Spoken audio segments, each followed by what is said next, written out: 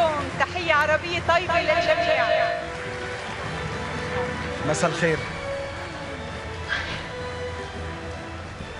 بالوقت اللي عم نخطي خطواتنا على السجادة الحمراء الخاصة بالميراكس دور، كان في سجادة أخرى، سجادة من الدماء افترشوها أبطال الجيش اللبناني بعاصمة الجنوب مدينة صيدا.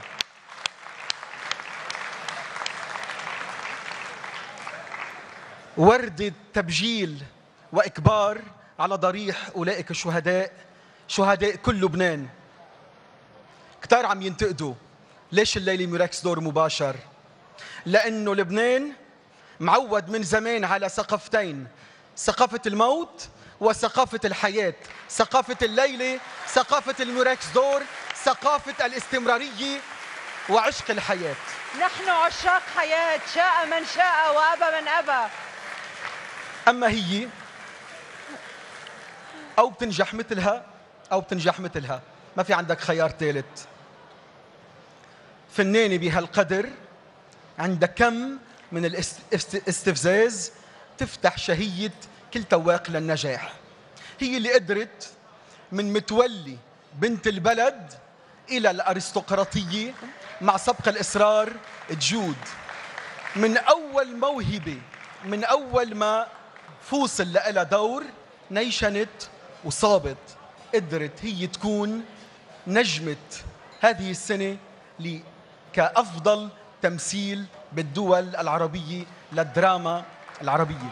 مها، أنا دايما بقول نيشان، دايما بقول أهم شيء بالمايسترو، أهم شيء مخرج محمد سامي، وكاتب السيناريو أيمن سلامة، وكوكبة من الكاستينج المهم كان جدا مع سبق الإصرار، مثل الممثل القدير أحمد راتب وماجد المصري، روجينا. كوكبة مع حركة كاميرا دقيقة جريئة، هالقد سرقتنا، هالقد خلتنا نحس بهالمسلسل الرائع مع سبق الإصرار. جديد بالدراما المصرية، مع تحية لمصر وتحية لهذا العمل الرائع مع سبق الإصرار. استحقت عن جد بجدارة، لأنه بعفوية كبيرة، بعفوية نادرة، استحقت كسب قلب الجمهور.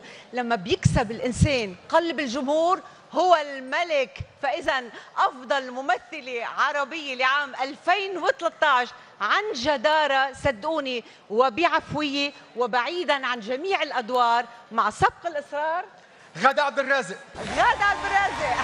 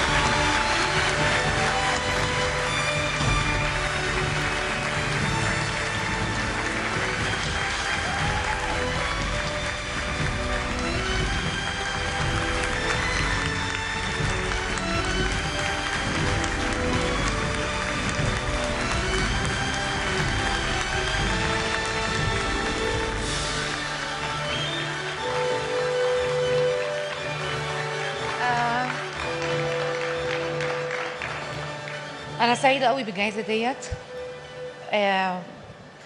وبشكر لجنة التحكيم وكل الناس اللي صوتت لي. أثبتت لي حاجة واحدة بس، إن أنا تفكيري اتغير، وإن أنا بقيت ماشية على المسار اللي صح، اللي المفروض أمشي عليه. بشكر كل اللي وقفوا جنبي، المخرج، المؤلف، الممثل، كل الناس اللي قالت لي إن أنا لازم أغير شكلي، وإن أنا أستغل موهبتي صح بشكل، مش هقول شكل محترم، بس هي شكل الممثل العربي المصري. فمش عارفه اقول ايه غير ان انا سعيده بيها جدا، واتمنى يا رب السنه الجايه ابقى واقفه في نفس المكان. بقول لاجمل نجمه ليلى علوي، اجمل نجمه الهام شاهين، بحبكم قوي قوي قوي قوي. بحب لبنان جدا وبتمنى لها كل خير، لان هي فعلا بلدنا الثانيه، واحنا حاسين بالازمه. الازمه دي مش عندنا احنا بس، هنا وسوريا ولبنان، واحنا كلنا بلد واحده. وانا متاكده ان شاء الله، عندي تفاؤل ان رمضان ده هيعدي علينا احسن من رمضان السنه الجايه باذن الله، وما حدش هيقدر يقف قصادنا ابدا. بحبكم قوي. ميرسي.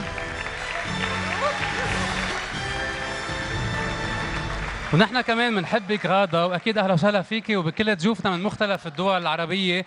ميرسي كثير على وجودكم معنا بلبنان الليله.